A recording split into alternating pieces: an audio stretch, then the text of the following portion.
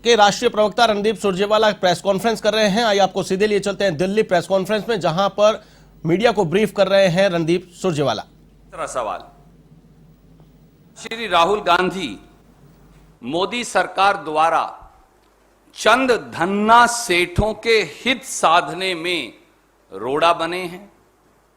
चौथा सवाल, भाजपा सरकार हजारों करोड़ रुपया विज्ञापन पर खर्च कर 40-50 मंत्री लगाकर सारे मीडिया पर दबाव डालकर कल पूरा दिन आपको व्हाट्सएप यूनिवर्सिटी पर मैसेज भेज ये बताकर के ये चलाइए ये चलाइए ये चलाइए, केवल एक आवाज श्री राहुल गांधी पर ही इतनी हमलावर क्यों है? ये 4 सवाल हैं जिन्हें जानना देश को जरूरी है। आइए इन सवालों के जवाब जानें और समझें कि क्यों मोदी सरकार कांग्रेस की एकजुटता और श्री राहुल गांधी की बुलंद आवाज से डर गई है। पहला, जब चीन ने हमारे देश की सरजमी पर कब्जा किया, हमारे जवान शहीद हुए, तो प्रधानमंत्री जी ने कहा, सर्वदलीय बैठक में कहा, न कोई घुसा है और न कोई आया है। तब विपक्ष की एकमात्र आवाज श्री राहुल गांधी ने सरकार की इस झूठ को घेरा और देश की माटी के लिए, शहीद जवानों के लिए आवाज उठाई।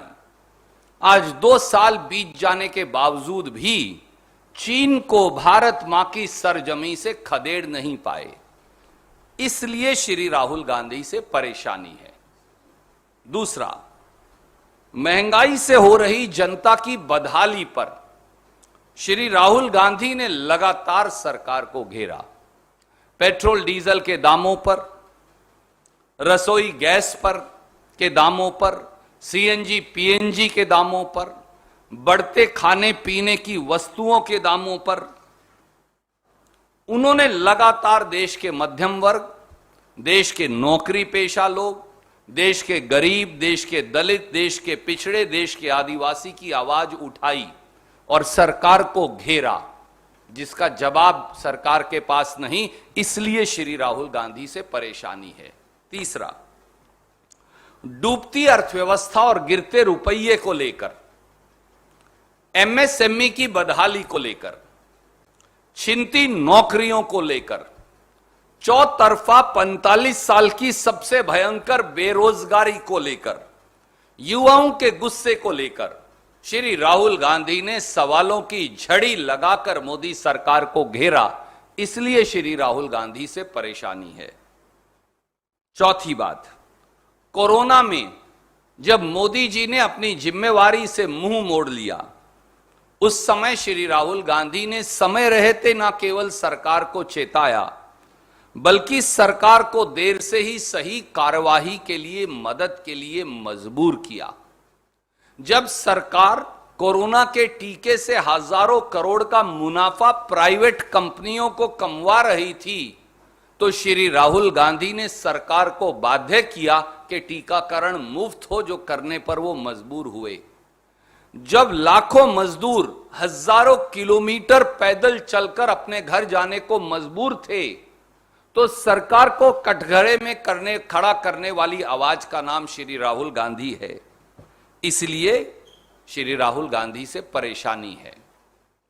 जब लाखों किसान न्याय की गुहार के लिए राजधानी दिल्ली के बाहर 8 महीने बैठे रहे, जब मोदी सरकार उन्हें आतंकवादी और नक्सलवादी बता रही थी, जब उनको अपराधी और देशद्रोही घोषित कर दिया गया था, जब उनके रास्ते में कील और कांटे बिछा दिए गए थे, जब 700 किसान कुर्बानी के लिए दिल्ली की सीमा पर मजबूर हो गए, तो ट्रैक्टर यात्रा कर किसान और खेत मजदूर की आवाज उठाकर और किसान की संसद में देश के 100 सांसद ले जाकर श्री राहुल गांधी ने किसान के साथ कंधे से कंधा मिलाकर किसान की आवाज उठाई और सरकार को मजबूर किया कि वो तीनों काले कानून वापस लेने पड़े, इसलिए श्री राहुल गांधी से परेशानी है।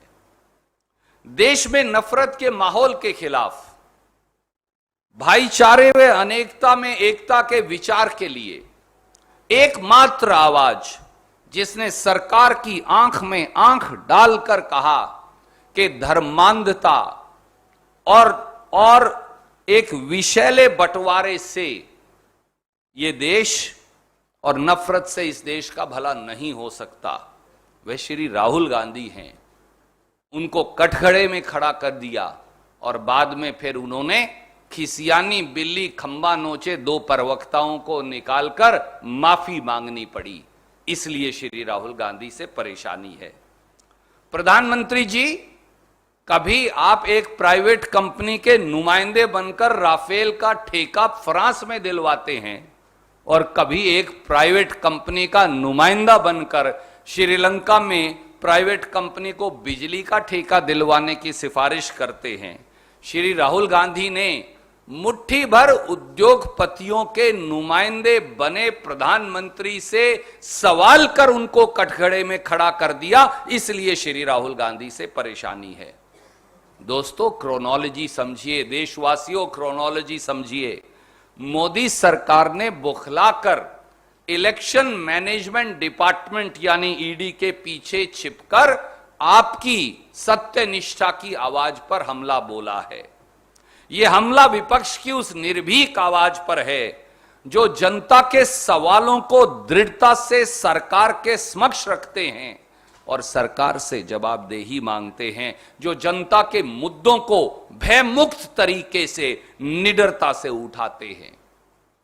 भाजपाई सत्ता की एजेंसियों के डर से कितने ही लोगों ने समझौता कर लिया, भाजपा में माफीनामा देकर शामिल हो गए, दूध के धुले बन गए।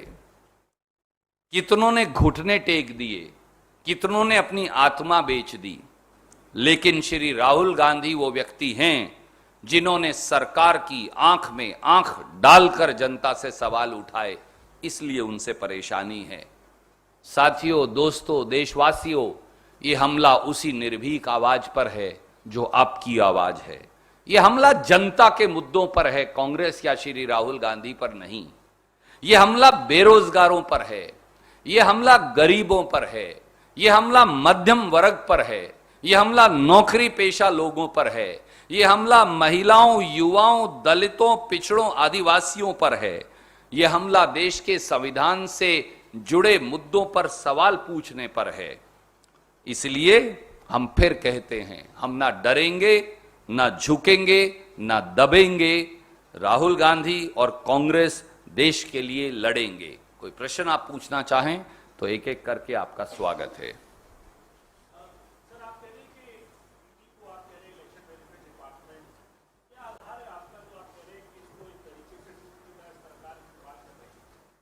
आदरणीय मित्र, ये बताइए, हेमंता बिस्वा शर्मा जी जब कांग्रेस में थे तो लुई बर्गर केस में, शारदा घोटाले में उन्हें ईडी और सीबीआई ने बुलाया या नहीं बुलाया? उसके बाद वो कांग्रेस से दौड़कर भाजपा में शामिल हो गए, आज भाजपा के मुख्यमंत्री हैं। तो कहां गया शारदा घोटाला और कहां गया लुई बर्गर केस और कहां गए ईडी के संबंध और कहां है सीबीआई? कर्नाटक के मुख्यमंत्री, पूर्व मुख्यमंत्री माननीय येदियुरप्पा साहब, उन पर ईडी का केस दर्ज है या नहीं दर्ज है? उनको ईडी के समन और बेटे को आए हैं या नहीं आए हैं? परंतु 8 साल बीत गए, कहां गया ईडी का केस? नारायण राणे जी जब कांग्रेस में थे तो उन पर रेड हुई, ईडी और इनकम टैक्स के मुकदमे दर्ज हुए, फिर नारायण राणे जी बीजेपी में शामिल हो गए। अब वो पाक साफ हैं, ना ईडी का केस रहा ना सीबीआई का मुकदमा रहा। सोमेन मित्रा जी, याद करिए, सोमेन मित्रा जी कांग्रेस में भी थे और टीएमसी में भी थे, तब उन पर मुकदमा था, ईडी की पेशियां लगती थी। अब वो बीजेपी में जब शामिल हो गए तो सब कुछ खत्म हो गया। रमन सिंह जी, क्या उनके ऊपर और उनके शायद बेटे पर कोई ईडी का केस है या नहीं है? तो क्या हुआ 8 साल में उस मुकदमे का, जो पूर्व मुख्यमंत्री हैं? कर्नाटक में जो 40% कमीशन खाते पकड़े गए सारे मंत्रीगण, उन पर ईडी का केस क्यों नहीं हुआ? मुकुल रॉय जी जब तक वो एक दूसरी पार्टी में थे उन पर ईडी का केस था, फिर वो बीजेपी में चले गए, ईडी का केस ठीक हो गया। शुभेंदु अधिकारी जी, उन पर बहुत सारी कार्यवाही हुई, जैसे ही वो बीजेपी में चले गए वो सब ठीक हो गया। एक लंबी लिस्ट है सैकड़ों लोगों की, बीजेपी में भर्ती हो जाओ, दूध से धुले हो जाओ, सारे मुकदमे बंद। तो मुझे बताइए, अगर देश में जो आजादी का, स्वतंत्रता संग्राम का समाचार पत्र नेशनल हेरल्ड है, उसके कर्मचारियों की तनख्वाह देना, पत्रकारों की तनख्वाह देना, उसका बिजली के बिल का भुगतान करना, उसके हाउस टैक्स का भुगतान करना, उसके बिल्डिंग चार्जेस का भुगतान करना, अगर 10 साल में 90 करोड़ रुपए देकर कांग्रेस पार्टी ने यह किया, तो ये क्या अपराध है देशवासी बताएं? फिर तो हर पत्रकार दोषी है और हर अखबार और टेलीविजन का मालिक दोषी है, हर बिजली के बिल का भुगतान करने वाला दोषी है, हर हाउस टैक्स देने वाला दोषी है। 140 करोड़ देशवासियों को ईडी में बुला लीजिए। और एक आखिरी बात और इसमें जोड़ना चाहूंगा साथियों, एक आंकड़ा बड़ा महत्वपूर्ण है। ये जो भारतीय जनता पार्टी का इलेक्शन मैनेजमेंट डिपार्टमेंट है ना, इसके पास 5422 मुकदमे हैं। 5422 मुकदमे इन्होंने दर्ज कर रखे हैं। और कमाल यह है कि उनमें से 98% मुकदमे यानी 5310 मुकदमे मोदी जी ने दर्ज किए पिछले 8 साल में। क्या यह नहीं दर्शाता कि ईडी अब इलेक्शन मैनेजमेंट डिपार्टमेंट बन गया है?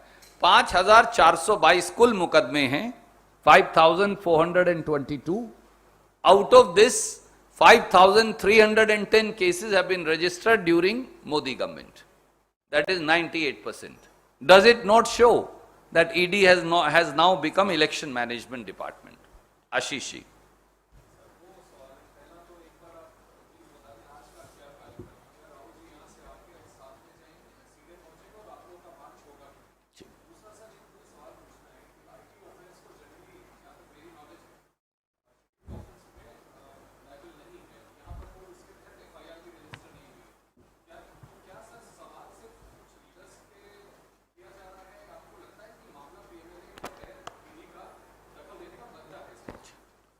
आदरणीय मित्र, आज फिर पूरी दिल्ली को छावनी में तब्दील कर दिया गया।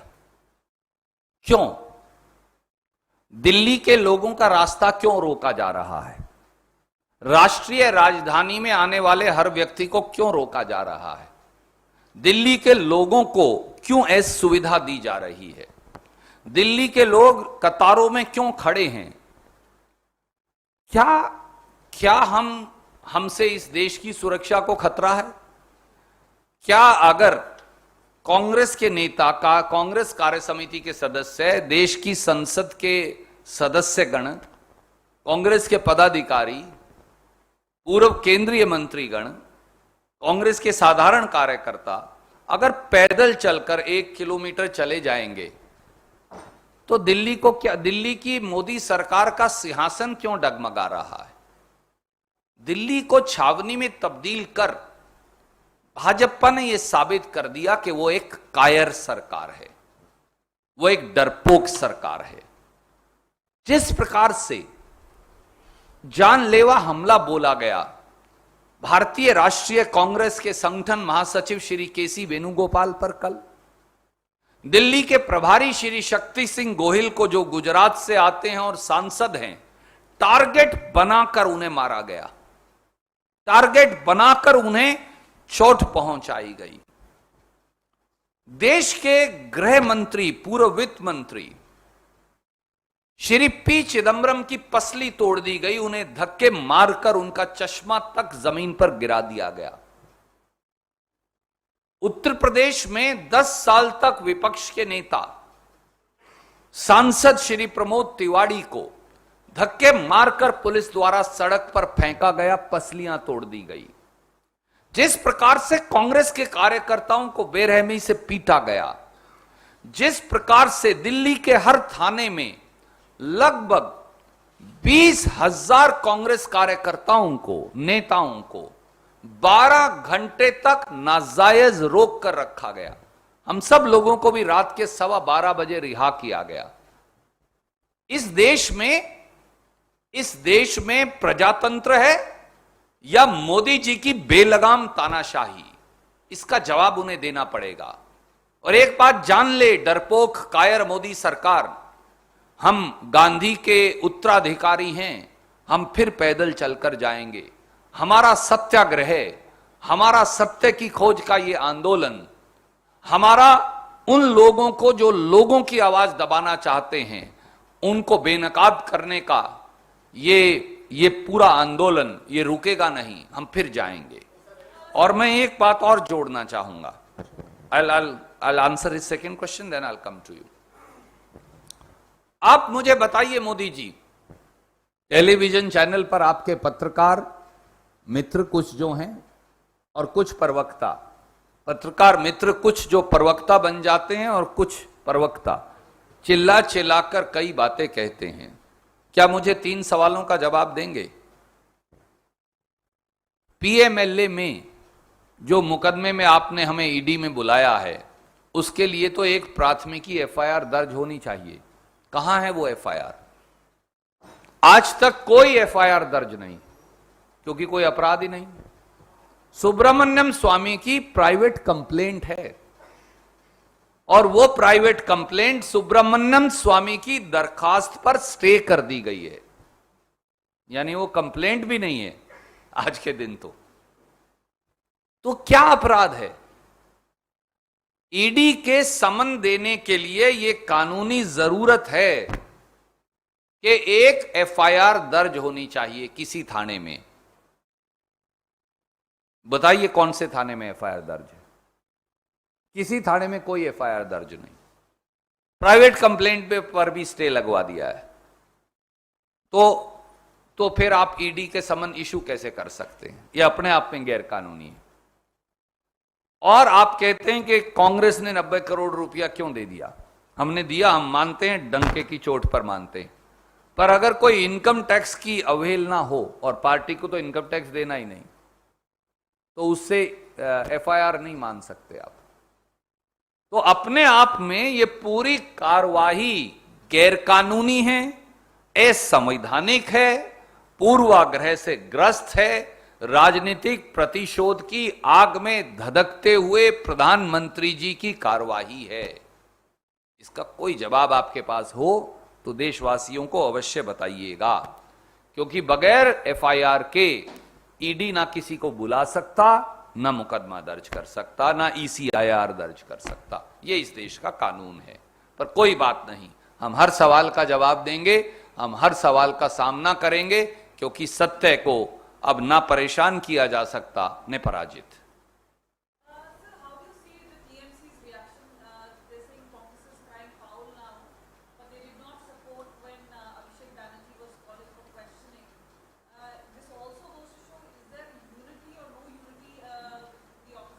I haven't seen their reaction, so I will not like to comment upon it. And I will like to concentrate on the facts in hand.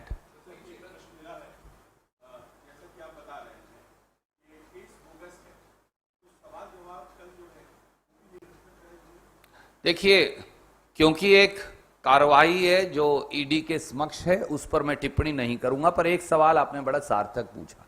मुझे ये बताइए, कोई व्यक्ति आपसे सवाल अंदर पूछ रहा है, बाहर टेलीविजन चैनल पर कैसे चलाए जा रहे हैं? आप सबके टेलीविजन के मालिकों के व्हाट्सएप चेक करवाइए, उनको बाकायदा लिखकर आ रहा था, आप ये चलाइए, आप ये सवाल पूछिए, आप ये सवाल पूछिए। अगर प्रक्रिया न्यायिक है तो उस न्यायिक प्रक्रिया में पूछे जाने वाले सवाल आप लोगों के पास कैसे आ रहे थे? अब ये सवाल पूछा गया, अब ये खाया, अब कुर्सी पर इस तरह से बैठे, अब कुर्सी पर इस तरह से बैठे, अब कुर्सी सीधी की, अब खाना खाया, अब पानी पिया। अरे मोदी जी, क्यों इतना डरते हो भैया? आप कैमरा ही लगवा दो ना, ले जाकर एजेंसीज का और टेलीविजन चैनल का, राहुल गांधी जी उन कैमरों के सामने जवाब देंगे आपके हर सवाल का, ईडी का, हमें कोई डर नहीं लगता। परंतु चोर दरवाजे से टेलीविजन चैनलों को सवाल भेजकर कुछ भी उल जलूल आप चलवा रहे हैं। नहीं तो मुझे बताइए ना, आपको कौन बता रहा है?